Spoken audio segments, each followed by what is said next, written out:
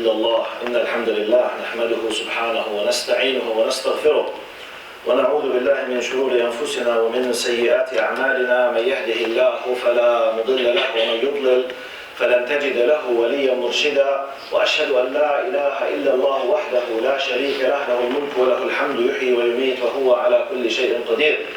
اللهم اقسم لنا من خشيتك ما تحول به بيننا وبين معصيتك ومن طاعتك ما تبلغنا به جنتك ومن اليقين ما تهون به علينا مصائب الدنيا. ومتعنا اللهم بأسماعنا وأبصارنا وقواتنا ما أحييتنا واجعله الوارث منا واجعل ثأرنا على من ظلمنا وانصرنا اللهم على من عادانا. اللهم ولا تجعل مصيبتنا في ديننا ولا تجعل الدنيا أكبر همنا ولا مبلغ علمنا. اللهم ولا تسلط علينا بذنوبنا من لا يخافك ولا يرحمنا يا رب العالمين. أعوذ بالله السميع العليم من الشيطان الرجيم. بسم الله الرحمن الرحيم. والعصر إن الإنسان لفي خسر إلا الذين آمنوا وعملوا الصالحات وتواصوا بالحق وتواصوا بالصبر. أعوذ بالله من الشيطان الرجيم. بسم الله الرحمن الرحيم. يا أيها الناس اتقوا ربكم إن زلزلة الساعة شيء عظيم يوم ترونها تذهل كل مرضعة عما أرضعت وتضع كل ذات حمل حملها وترى الناس سكارى وما هم بسكارى ولكن عذاب الله شديد. وأصلي وأسلم على المبعوث رحمة للعالمين سيدنا محمد بن عبد الله وعلى آله وصحبه ومن والاه وعنا معهم إلى يوم الدين. أما بعد. In the name of Allah subhanahu wa ta'ala, the most compassionate, the most merciful, all praise and thanks are due to him and peace and blessings be upon his beloved Prophet Muhammad sallallahu alaihi wasallam. He who is guided by the will of Allah, no one can misguide him. And he who is misguided, no one can guide him except Allah subhanahu wa ta'ala. I do bear witness that there is no God but Allah and Muhammad is his messenger. Respected brothers and sisters, assalamu alaikum wa rahmatullahi wa barakatuh. Today's khutbah, the title of today's khutbah might be a little bit strange. You might not expect such a title. Actually, it will be about parking in Islam. How to park our cars. Might be very strange. Actually, I was asked by one of the brothers last week. He said, please, I ask you by Allah, more or less, I ask you by Allah to give a special khutbah about parking in Islam. The reason, now this is my departure point. نقطة الانطلاق. قد يستغرب البعض يا أحبة أنه العنوان الظاهري أو العنوان الدعائي إنجاز لي التعبير سيكون حول اصطفاف السيارات في الإسلام. قد يكون العنوان غريبا، قد يكون غريبا. رجاني أحد الإخوة بما معناه أنه أستحلفك بالله أن تتحدث عن اصطفاف السيارات في الإسلام. Now, basically, the main reason for this, I think you agree with me, maybe many of you have already witnessed the administration of the masjid since weeks, if not months, if not years. On every Friday, one of the brothers from the people in charge, they are literally begging. You know begging?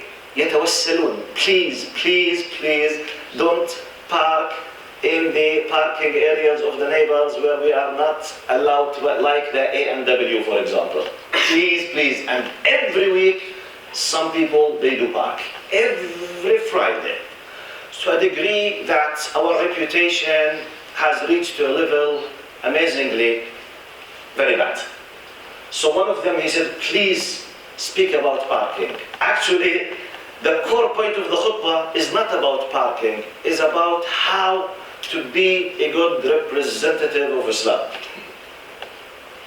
Through one of the simple aspects that led someone like me to talk about this, addressing myself and my respected brothers and sisters, the incident of parking our cars. Now, let me say something. Respected brothers and sisters, and please, if you feel that what you will be listening to could benefit some of our brothers and sisters, this khutbah basically is published in a few hours, inshallah, on the Dar Foundation YouTube channel. Please share it, please. What I will be doing now the official title is How to be a Good Representative of Islam. Okay? The unofficial title, Parking in Islam. Now, I will be dividing my talk into three stages. Stage number one, I will be highlighting some common sense statements to fix a concept that we all share and should share. Then I will give second phase an example. Then third phase I will give evidences, adillah from Quran and Sunnah about the importance of what I'm trying to convey. Now, first stage or first phase, common sense statements, human statements, agreed upon statements. Statement number one. If we can memorize them, they will benefit. Number one. Sorry, sir. I can't hear you. Your action is louder than your words. I repeat. Sorry, sir. I can't hear you. Your action is louder than your words. End of the quote. In my language, I don't care with what you say. I care with what you do. Simply. This is a common human sense. It's not an Islamic. Anyone agrees upon this. Another statement. Children do what they see, not what you say. Another common sense. Has to do with the human sense. Human common sense.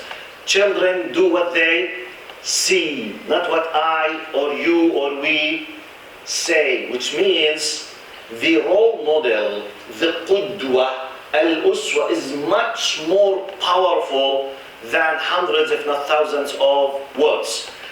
Let's imagine, respected brothers and sisters, that we Muslims, every time we want to pray, it happened by the will of Allah that on the other side of the road there is a church for Christians, or there is a synagogue for Jews, or there is a temple for Sikh, or a temple for Hindus.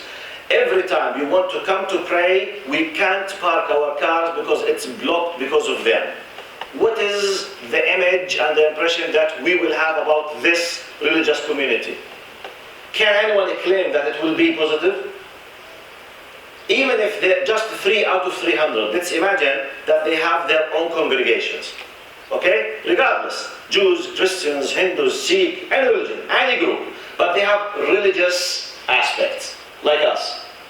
And every time we want to come to do whatever He is special for us, we need urgently just to catch the prayer. 2-3 minutes, you missed the rak'ah. Extra 7 minutes, the prayer is missed. Which means if someone has blocked the way till you manage to park, you have lost the prayer. So no one can tell you, oh brother Muslim, no problem, don't worry, just 7 minutes, I lost the prayer. So it's a big problem. For me, it's a big problem. Imagine that Jews, Christians who says that they are doing this with us. Do you think that anyone of us will hold any kind of positive attitude to a degree that we will think about how beautiful the scripture is, or this is the final message that we have taken about their religion? Common sense. I'm not discussing Islam now. I'm discussing common human sense. I don't need, you don't need, none of us is in need for this to be proved. Because it's a common sense, human common sense. Anyone will agree upon this. So this first stage, please, if you see someone, or if sometimes this shaitan is trying to tell me, don't bother yourself, why to go, for example, early, to have a good place to park your car, not just the last 5 minutes. Some Arabic mentalities, they think in this way. Okay? خلينا نشوف الزلمة اللي بدوش يخلينا الصف. You know, this kind of, we have it in the Arab mentality, we are ready always to fight. Okay? And we are all zu'ama, all the time. And we don't make mistakes. We have the right always, and we are ready to fight with anyone. الزلمة يقرب. You know الزلمة يقرب? Untranslatable طبعا. Just Arabs from بلاد الشام يفهموا. We have a serious problem. Stage number 2. Please, I and all of us, we need to know the following. By the fact that we decided to say, Ashhadu an la ilaha illallah wa ashhadu anna Muhammadan Rasulullah, I will witness that there is no God but Allah and Muhammad is His messenger, it's as if we have signed contracts of commitment with Allah. Whether you love or not, you and I, we are representatives for Islam. It doesn't matter whether I don't like or I do like the people to take it as such. This is the reality, common sense reality. I am a representative. It's like, imagine yourself, or try to look to this simple example. An army officer, an army soldier, by the time he signed that he wants to be a soldier in this army, he does not own his personal freedom in most of the time. He has no right to do anything in the street because he is representative for the army. And the army is one of the most important military or most important institutions for the country, for the state. It is the honor of the state. It is the protective element of the state. He has no right to drink and to be drunk in the street. May God be with his soul if this happened. He has no right to do any, even small comment of harassment with a girl in the street. May God be with his soul. He will lose everything. But he will say, but you know, I'm doing like anyone in the street. No, you are not anyone. You are an officer in the army. You are not anyone. Make this analogy, qiyas. By the fact that you are a Muslim, khalas, this is طبعا, alhamdulillah, this is ni'mah from Allah, blessing from Allah. But this sacred duty has consequences. You have to pay some tax for this. You don't own your personal freedom just to do whatever you would like to do whenever you would like to do that. Your personal freedom will be limited to some certain things. It's not up to you or up to me. By the way, this is not just Islamic. Anyone represents something important like that, he will have restrictions in his life. So let's always remember, when I do something like parking my car in a wrong place, the end result is an attack and hatred against the religion of Allah. Not again, by the way, they don't know me. If I did park my car in A&W, the owner or the people there, they don't know Amjad. They know the masjid. What is the masjid? Muslims' place of worship. Why do they come? They worship God. Really? Why they worship God? To seek refuge by Him, to help them to prepare themselves to be better and good people and to meet their Lord in the day of judgment, why after they have done everything good, such as blocking the road by their cars. Contradiction. Well, it's a disaster. We might not feel the natural consequence. It is a disaster. Third stage. Third stage, quick evidences. Just in case someone does not like the common sense evidences, I will bring you some of the adillah from the Quran and the Sunnah. One of the amazing adillah is hadith in Nabi Sallallahu Alaihi Wasallam that has been reported and narrated by Imam al-Bukhari, where Prophet Muhammad Sallallahu Alaihi Wasallam says, Wallahi la yu'min, Wallahi la yu'min, Wallahi la yu'min. He swore by Allah 3 times. Then the Sahaba replied, Man ya Rasulullah?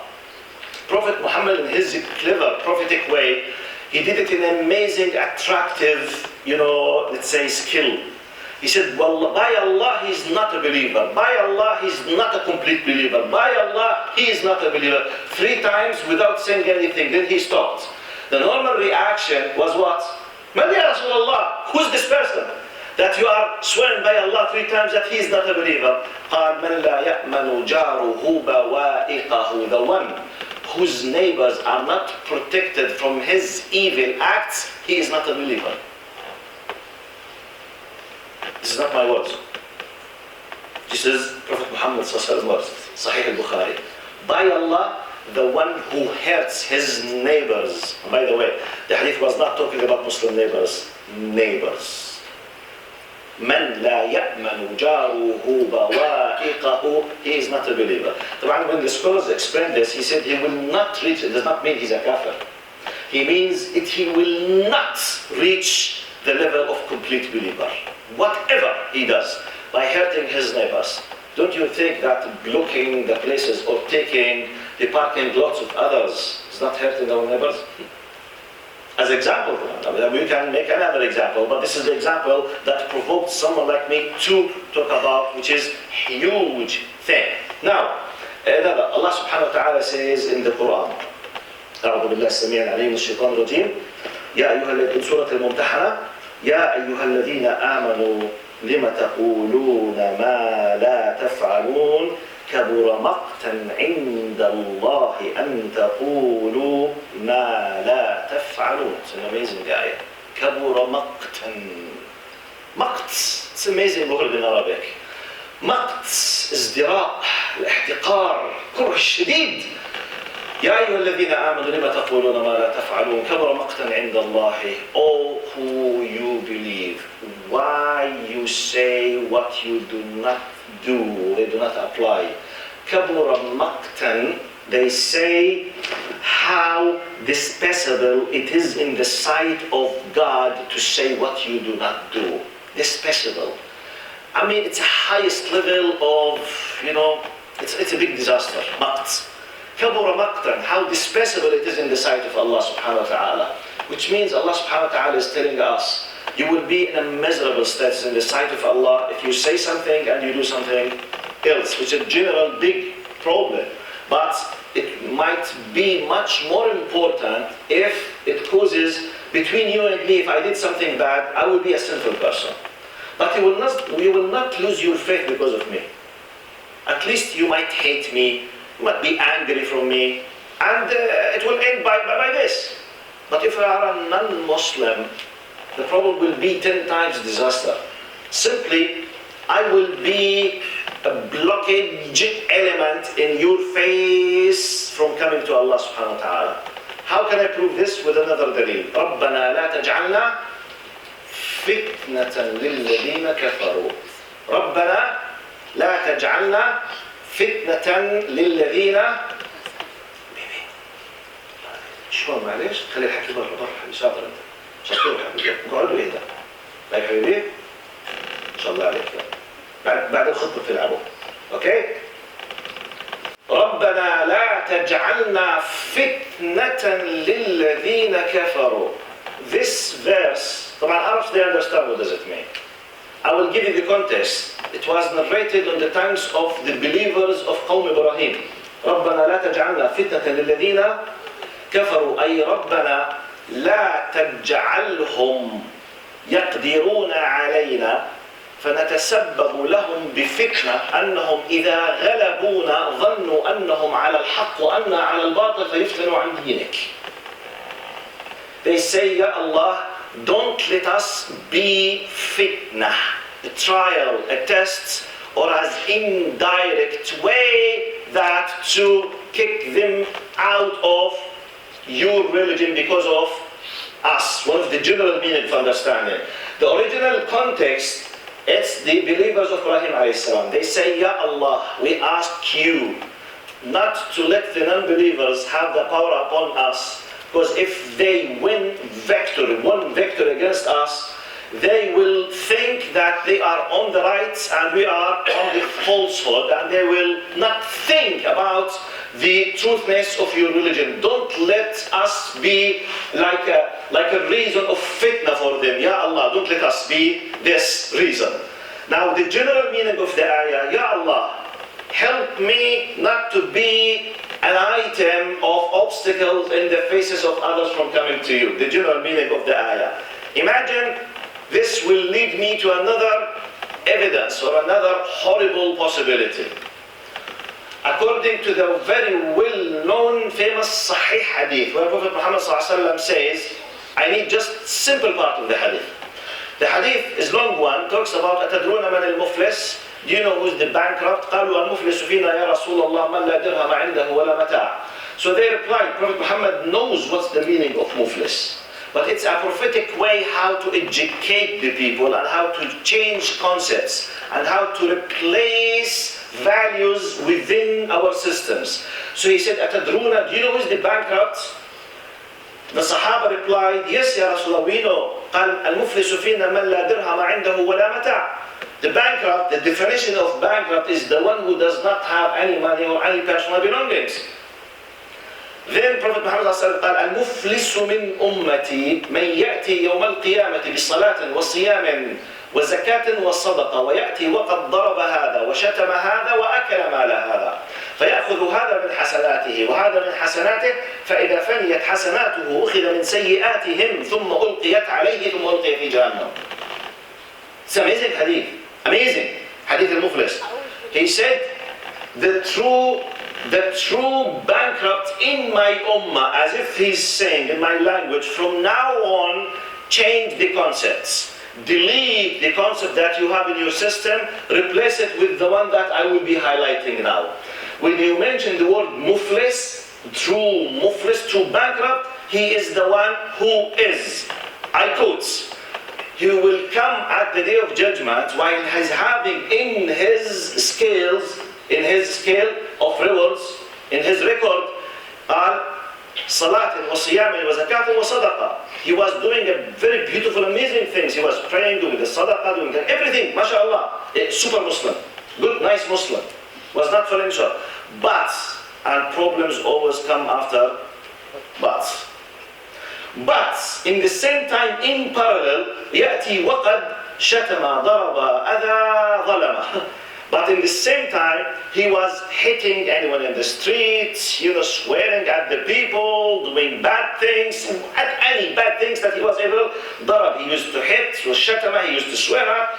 And what I'm concerned in, قال وظلم هذا, he used to commit injustice against the people. He was praying, yes. And here, now the divine justice, the divine court in the day of judgment, the currency there, it's not US dollar or a Canadian dollar. It's what? Hasanat wa sayyi'at. It's the rewards and the sins. Now, anyone, I've done bad thing with him, injustice, I hit him, I swear to him, I insulted him without any valid reason, they will be taking from my hasanats. فإذا فنيت حسناته, if my rewards have finished, what is next step? قال أخذ من سيئاتهم. Part of their sins will be taken from them as a compensation. قال فألقيت عليه ثم ألقي في جهنم. It will be thrown in his face and he will be thrown in the hellfire. He is someone who has come with salah wa siyam wa zakah wa sadaqah. But because of doing in the same, which means he did good things, but he did a lot of bad things as well. So this was more than that. They were deleted with this. Exactly like the bank account, in, out. But mashallah, alhamdulillah, I have in, but you have a lot of out as well. It's like someone who's earning between 7,000 to 12,000 Canadian dollar a month. But he's spending sometimes on his credit card between 15 and 22. The end result, when the bill comes, you have a disaster. You have a lot of money to pay, even though you were earning. Sheikh, wallahi I was earning 10,000, yes, but you were spending in your credit card 20,000 for that. You receive 10, you spend 20. At the end of the year, you have a problem of $120,000, even though you were owning. This is exactly what might happen with some of us. In this hadith, what's the relation in the last 2 minutes in my topic, parting in Islam, or how to be good representative for Islam? Simply imagine that because of my behavior, such as blocking the road, or taking their rights, or hurting them, I will be committing injustice by creating like a rejection in his heart against myself and my religion. In the day of judgment, he might have the rights in the divine court to ask Allah to take a right from me. Ya Allah, خذ لي حقي من هذا الظالم.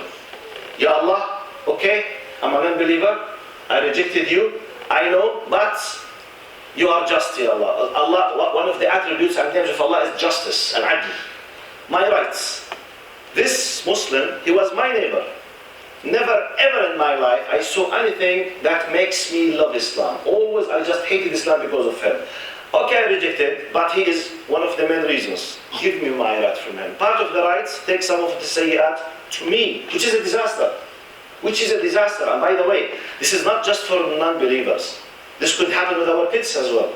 Maybe my own son will hate Islam because of me, because I'm a very tough person, I'm a very tough father for him, for example. I don't speak in a nice way with him. The same is applicable, the same. Maybe my son will decide just to go to drugs and to have alcohol and to have bad things. Okay, he knows, but I was one of the reasons that he was dependable on when he decided not to be close from Allah. In the day of judgment, my son will come, Ya Allah, khudh li haqqi min hadha al-zalim. To avoid such and to do exactly the opposite, let's remember always, رَبَّنَا لَا تَجْعَلْنَا fitna. Don't let yourself be a reason for the people to hate the truth. أقول قولي هذا وأستغفر الله لي ولكم فيا فوز المستغفرين.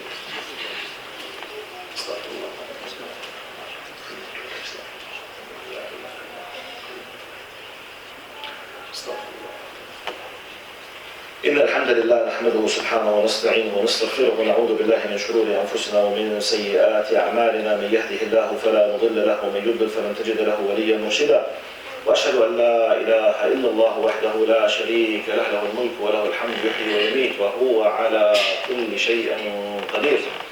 Respected brother and sister, please do your best. If you think that we can make a difference by influencing the people, try to share this khutbah from the YouTube channel of Ad-Dar Foundation. Try to spread as much as you can, because at the end we must be aware that we are representatives for Islam, whether we love it or not.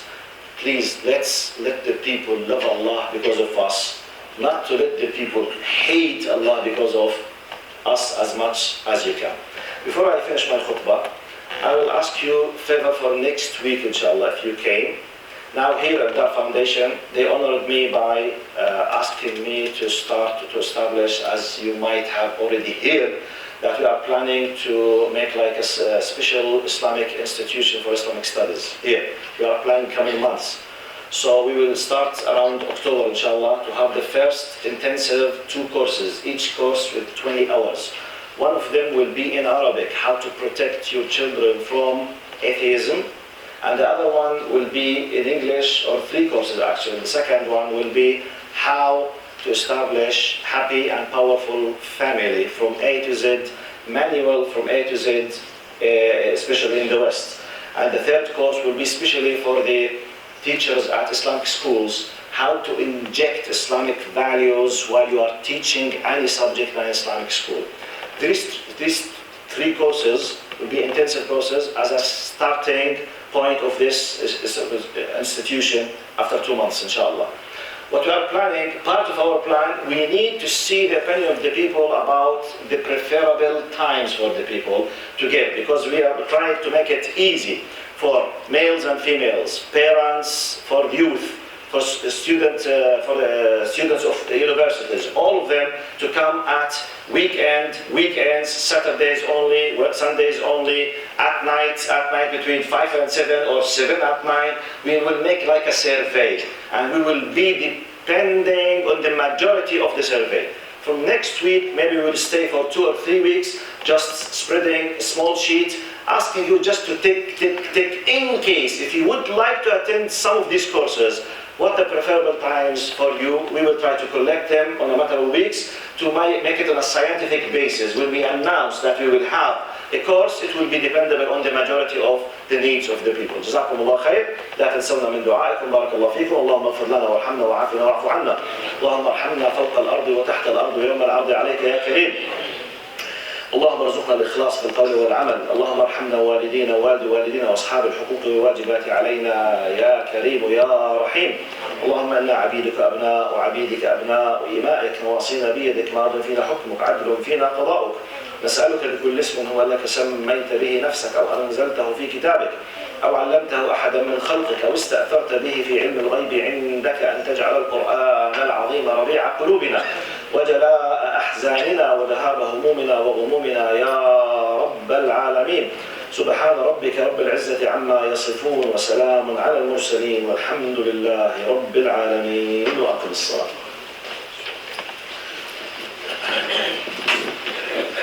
الله أكبر.